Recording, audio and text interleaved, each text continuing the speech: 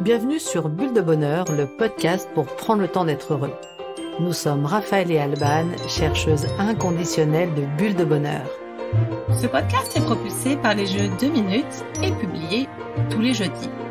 Aujourd'hui, nous vous partageons l'épisode numéro 65, Je deviens résilient. Mais avant de commencer, merci pour tous vos encouragements. Continuez à nous soutenir en nous mettant 5 étoiles sur votre plateforme préférée. Suivez nos astuces sur notre page Instagram ou notre page Facebook 2 minutes de bonheur. Profitez de nos jeux 2 minutes ou de notre abonnement pour les couples Un temps pour deux sur notre site 2minutesdebonheur.com. Il y en a pour tous. Oh là là, mais qu'est-ce que ça me chicote! Je me suis souvent demandé pourquoi face à une situation identique, une personne s'en sort et l'autre pas. Pourquoi lui et pas elle? Est-il résilient? Elle ne l'est pas? Je pense à une amie qui s'est cassé le bras, qui est triste et voit tout en noir, et une autre qui vient d'avoir d'énormes inondations dans sa cuisine. Sa mère est malade et elle garde le sourire. Elle a toujours un mot gentil pour chacun. En fait, depuis toujours, je suis fascinée par ces gens qui ont cette capacité à rebondir dans la vie. Cette façon de traverser les épreuves, aussi dures soient-elles, et de se relever encore plus fort pour poursuivre leur chemin malgré les plaies et les écorchures. En fait, je me suis toujours demandé comment ces gens-là font. D'où leur vient cette force de caractère, cette force qui me sonne parfois presque trop joyeuse face à l'adversité, alors que j'ai l'impression que pour pareille situation, je serais déjà 6 pieds sous terre à pleurer toutes les larmes de ma vie. Et là, ça me chicote. C'est quoi au juste le concept de résilience et comment ça fonctionne? La résilience est-elle innée ou est-il possible de la cultiver? Quand on parle de résilience, de quoi parle-t-on exactement? Le concept de résilience vient de la science physique où il désigne la capacité d'un matériau à reprendre sa forme après un choc ou une grande pression. C'est l'exemple de la coque du sous-marin dite résiliente parce qu'elle est capable de supporter des pressions considérables lors de ses plongées tout en reprenant sa forme d'origine lorsque le sous-marin refait surface. En psychologie, le concept de résilience est apparu dans les années 1980, notamment grâce à une étude de la psychologue Amy Werner portant sur des enfants de Hawaï vivant dans une grande misère et qui ont été exposés aux maladies et à la violence. La psychologue a qualifié de résilients les enfants devenus 30 ans plus tard des adultes qui savaient lire et écrire et qui avaient appris un métier et fondé un foyer. Le concept a été ensuite développé en France, notamment par Boris Cyrulnik, quand il a écrit Un merveilleux malheur en 1999 et qui en parle comme la capacité à vivre, à réussir, à se développer en dépit de l'adversité. C'est important de souligner que la résilience n'est ni une simple capacité d'adaptation, ni un synonyme d'invulnérabilité. La résilience sous-tend, en effet, l'idée d'un apprentissage, d'une croissance, c'est-à-dire ressortir plus fort des difficultés, et d'un regard confiant dans la vie. La résilience est en fait un processus qui est multifactoriel et qui résulte de l'interaction entre l'individu et son environnement. J'aime beaucoup la métaphore de la poupée qui a été proposée par Michel Manciot en 1999. Il dit que si on laisse tomber une poupée, elle se brisera plus ou moins facilement en fonction de divers paramètres.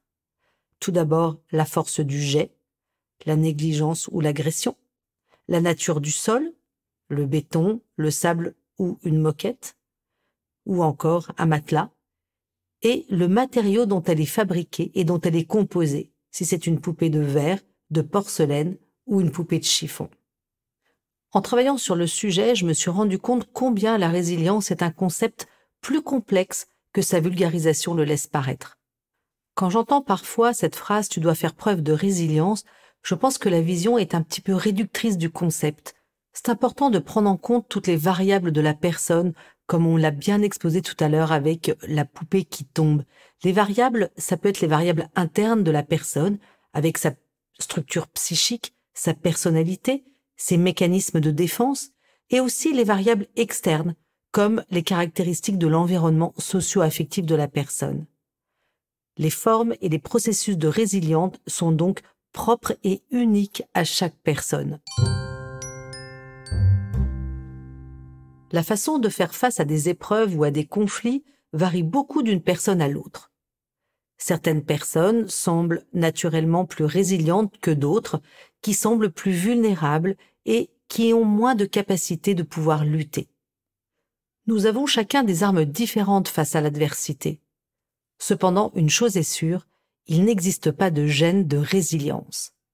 Par contre, Boris Cyrulnik nous dit clairement que chez tout un chacun, des braises de résilience sont présentes, qu'on souffle dessus à bon escient et l'enfant meurtri, fracassé, stoppé net dans son développement par le deuil, la maltraitance ou les atrocités de la guerre, sortira de son agonie psychique et reprendra le chemin de la vie. Cette phrase de Boris Cyrulnik est particulièrement pleine d'espérance pour tous ceux qui vivent des atrocités. Nous parlons souvent de résilience des enfants et de résilience individuelle. Il faut savoir aussi que la résilience peut concerner bien sûr les adultes, mais aussi les familles. Par exemple, la reprise du cycle de la vie après un décès violent et imprévisible, comme un accident ou un suicide. C'est aussi la résilience de communautés ou de sociétés. C'est tous ces groupes, en fait, qui retrouvent une capacité de fonctionnement acceptable après une catastrophe majeure. Je pense là à des catastrophes naturelles comme un tsunami ou un ouragan avec les conséquences qu'on connaît, ou alors des catastrophes comme des guerres ou des génocides. Nous allons aujourd'hui faire un focus tout spécifique sur la résilience individuelle et voir comment nous pouvons renforcer nos capacités de résilience pour mieux nous protéger contre les expériences désagréables et leurs effets néfastes.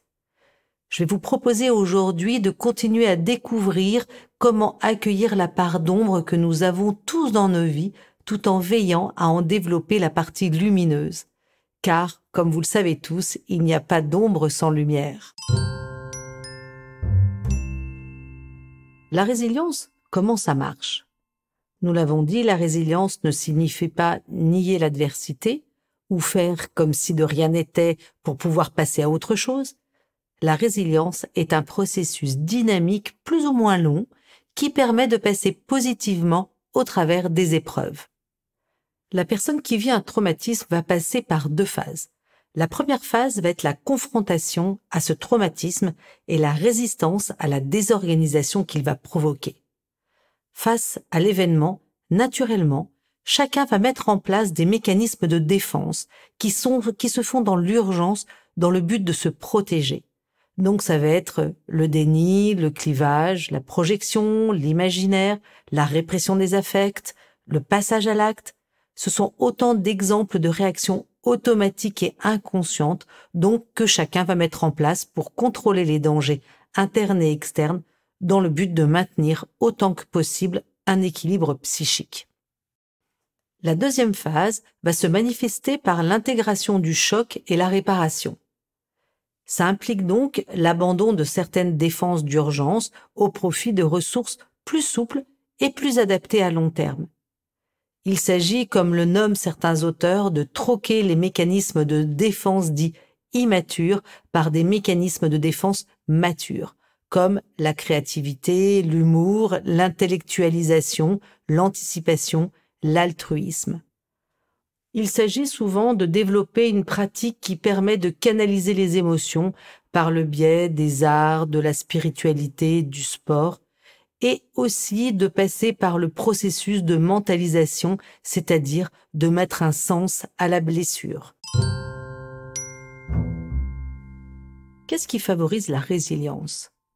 Les études ont pu montrer qu'il est plus facile de faire preuve de résilience face à l'adversité quand la personne a pu vivre ou vit dans un climat familial sécurisant, avec un sentiment de confiance, une famille présente ou pour les enfants des parents qui sont présents et unis, même s'ils sont séparés, et que le besoin d'amour et de sécurité est satisfait.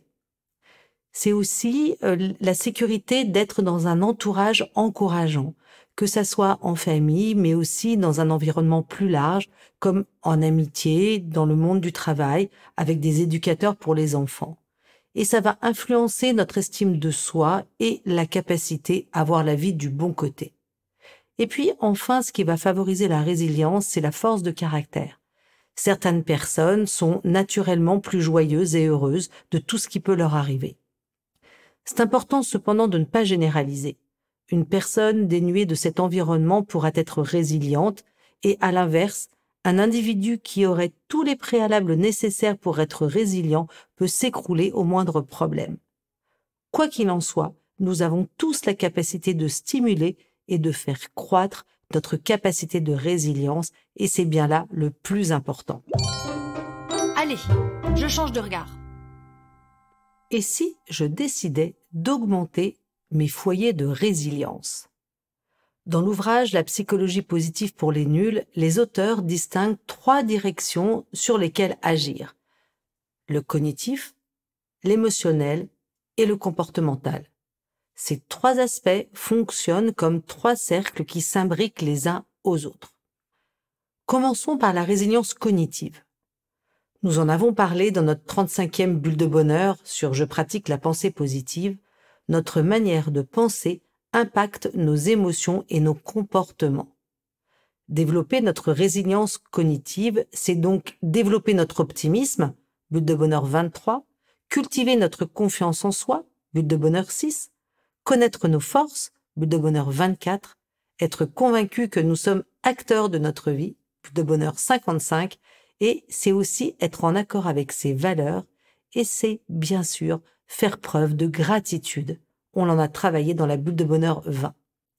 Veiller à construire une image de soi plus exacte et plus positive permet d'affronter plus facilement les épreuves auxquelles nous avons besoin de faire face. Deuxième direction sur laquelle nous pouvons agir, c'est la résilience émotionnelle. C'est développer notre capacité à gérer nos émotions. Ça, c'est un facteur facilitant pour la résilience. Le fait de développer notre capacité à gérer nos émotions permet d'éviter de se laisser submerger par elles. Comme nous l'avons souvent dit dans les bulles de bonheur 5, 9, 18, 27, 64, toutes celles qui parlent en fait des émotions, les émotions ont besoin d'être vécues. Elles ont besoin d'être reconnues et elles ont besoin d'être gérées de façon à ne pas devenir le maître de nos modes de pensée et de nos comportements. C'est quand la tristesse prend toute la place de ma vie. C'est quand la colère envahit mon quotidien. C'est quand la peur est présente à tout instant. La résilience émotionnelle sera également facilitée par notre gestion du temps. L'importance de gérer ses priorités, bulle de bonheur 10, de faire preuve de patience, bulle de bonheur 48, et c'est aussi connaître nos besoins et ceux de notre entourage. On en a parlé dans la bulle de bonheur numéro 12. Troisième direction, la résilience comportementale. Cette résilience comportementale nous invite à réaliser ce qui est bon pour nous, c'est-à-dire à faire de ces bons comportements une habitude. Alors, ça passe par la santé, comme une bonne alimentation, des activités physiques quasi quotidiennes, savoir prendre soin de soi, se soigner, mais aussi avec l'entourage.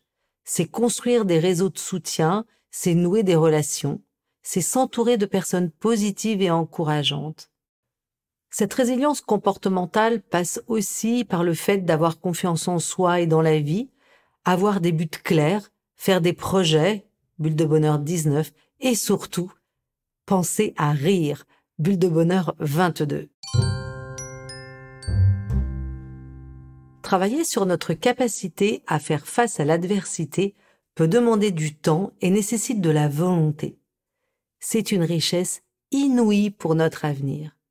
J'aime beaucoup cette fable des casseurs de pierres qui est attribuée à Charles Péguy et que Boris Cyrulnik cite souvent. Je vais vous la conter parce que je trouve qu'elle est pleine de sens. En rentrant de Chartres, un voyageur aperçoit sur le bord de la route un homme qui casse des cailloux à grands coups de maillet. Les gestes de l'homme sont empreints de rage, sa mine est sombre. Intrigué, Le voyageur s'arrête et demande « Que faites-vous, monsieur ?»« Vous voyez bien, lui répond l'homme, je casse des pierres. » Malheureux, le pauvre homme ajoute d'un ton amer « J'ai mal au dos, j'ai soif, j'ai faim. Mais je n'ai trouvé que ce travail pénible et stupide. » Un peu plus loin sur le chemin, notre voyageur aperçoit un autre homme qui casse lui aussi des cailloux. Mais son attitude semble un peu différente. Son visage est plus serein et ses gestes plus harmonieux. « Que faites-vous, monsieur ?» questionne une nouvelle fois le voyageur. « Je suis casseur de pierres. C'est un travail dur, vous savez, mais il me permet de nourrir ma femme et mes enfants. » Reprenant son souffle, il esquisse un léger sourire et ajoute « Et puis, allons bon, je suis au grand air, il y a sans doute des situations pires que la mienne. » Plus loin, notre homme rencontre un troisième casseur de pierres. Son attitude est totalement différente. Il affiche un franc sourire et il abat sa masse avec enthousiasme sur le tas de pierres. Pareille ardeur est belle à voir. « Que faites-vous » demande le voyageur. « Moi, » répond l'homme, « je bâtis une cathédrale. » Je vous laisse maintenant méditer pour savoir quel type de casseur de pierres vous avez envie d'être. Pour terminer, je dirais que le regard que les personnes portent sur elles-mêmes face à l'adversité, leur perception de la situation, leur projection dans l'avenir sont bien des facteurs importants pour la résilience. Comme dit la psychologue Marie Hanot, nous pouvons aussi nous interroger sur le regard que l'on porte sur les sujets blessés.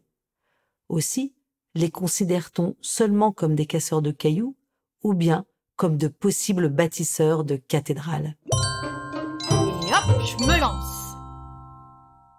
Si je résume, 1. Le processus de résilience est présent chez tous les individus. Pour certains, il est naturel et pour d'autres, il a besoin d'être activé par une aide ou un accompagnement. 2. La résilience permet d'aller puiser des ressources latentes lorsque nous vivons des épreuves.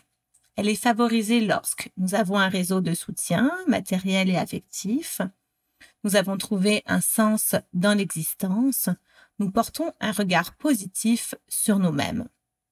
À vous de jouer, chers auditeurs. Prenez 2 minutes pour vous demander dans quelles circonstances vous avez été un casseur de pierres ou un bâtisseur de cathédrales. Et pour terminer en beauté, la petite mousse de la semaine est bien sûr de Boris Cyrulnik. Que dire de mieux que la résilience, c'est l'art de naviguer dans les torrents. Avec Bulle de Bonheur, prenez le temps d'être heureux. Merci pour votre écoute. Si vous avez aimé, dites-le nous avec 5 étoiles. Laissez vos commentaires et envoyez des bulles de bonheur à vos amis en partageant ce podcast. Inscrivez-vous à la newsletter en allant sur notre site jeuxdeminutes.com, GUX, 2 en chiffres, minutes avec un S, pour être notifié des prochains épisodes. Bulle de bonheur est propulsé par les jeux 2 minutes, 52 cartes pour prendre le temps d'être heureux.